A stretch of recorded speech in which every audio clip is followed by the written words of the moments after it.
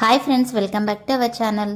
అందరూ ఎలా ఉన్నారు? మేమైతే చాలా బాగున్నాం ఫ్రెండ్స్. ఈరోజు వీడియో వచ్చేసి మా వదిన అయితే అందరి కోసము మరి కొబ్బరి బోండాలో చికెన్ చేయడానికైతే సిద్ధమైందనమాట. మరి కొబ్బరి బోండాలో చికెన్ ఎలా చేస్తుంది ఏంటి అనేది ఈ వీడియోలో అయితే నేను మొత్తం చూపిస్తాను, చూసేయండి.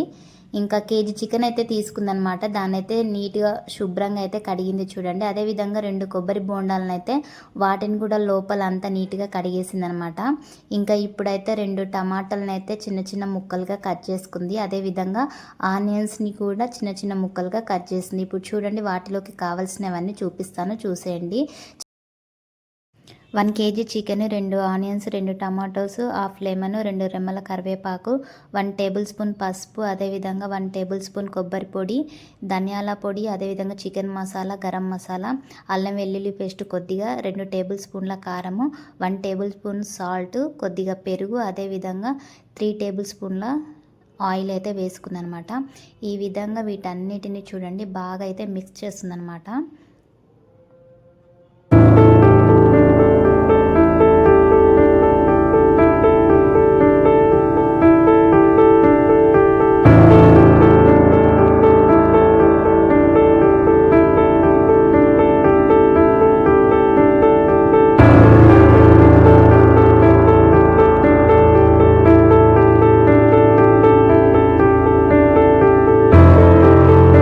ఇప్పుడు ఈ మసాలాలన్నిటినీ కలిపాం కదా, ఇది చికెన్కి పట్టేలా బాగా కలుపుకోవాలన్నమాట.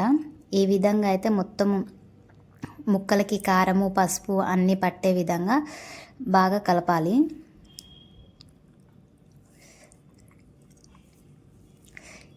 ఈ విధంగా కలిపి పెట్టుకున్న ఈ చికెన్ అంతటిని ఇప్పుడు కొబ్బరి బోండాలు అయితే మనం కొద్ది కొద్దిగా వేసుకోవాలి చూడండి.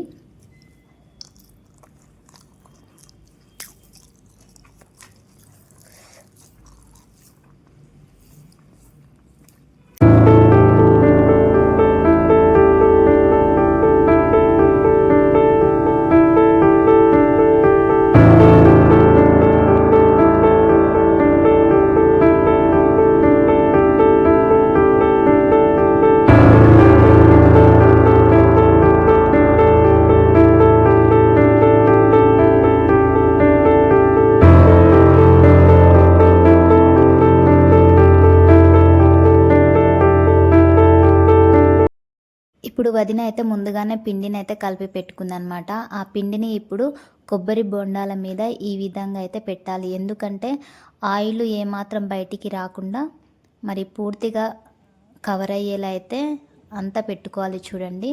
కొంచెం మందంగానే పెట్టుకోవాలన్నమాట.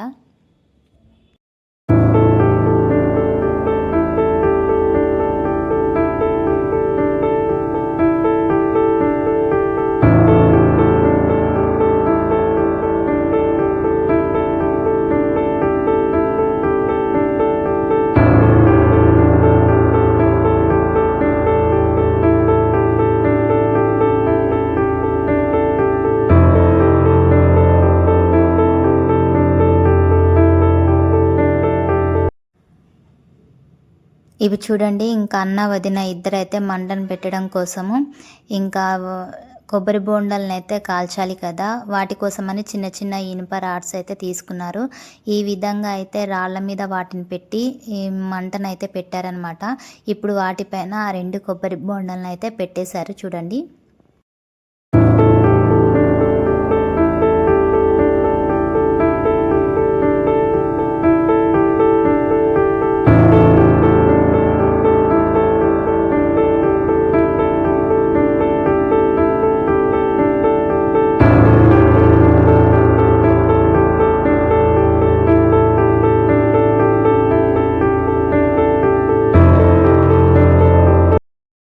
ఇవి చూడండి ఫ్రెండ్స్, ఇవైతే చూడండి ఎంత బ్లాక్ అయిపోయాయో.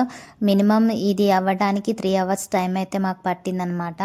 ఇప్పుడైతే ఈ కొబ్బరి బోండాలో చికెన్ అయితే రెడీ అయిపోయింది. ఇంకా పొయ్యి మీద నుంచి అయితే తీసేసాము. ఇలా తీసిన తర్వాతకి మేమైతే ఈ యొక్క కొబ్బరి బోండాలో ఉన్న చికెన్ని అయితే చూడండి మేము ఒక బౌల్లోకి అయితే వేసుకుంటున్నాము.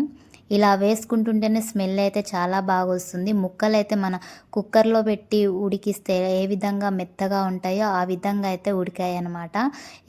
ఇలా లోపల నుంచి తీస్తుంటేనే చిన్న చిన్న ముక్కలుగా అయితే అవుతుంది, అంటే అంత మెత్తగా ఉడికింది ఫ్రెండ్స్. మేమైతే ఫస్ట్ టైం ట్రై చేసాం, మీరు కూడా ట్రై చేయండి.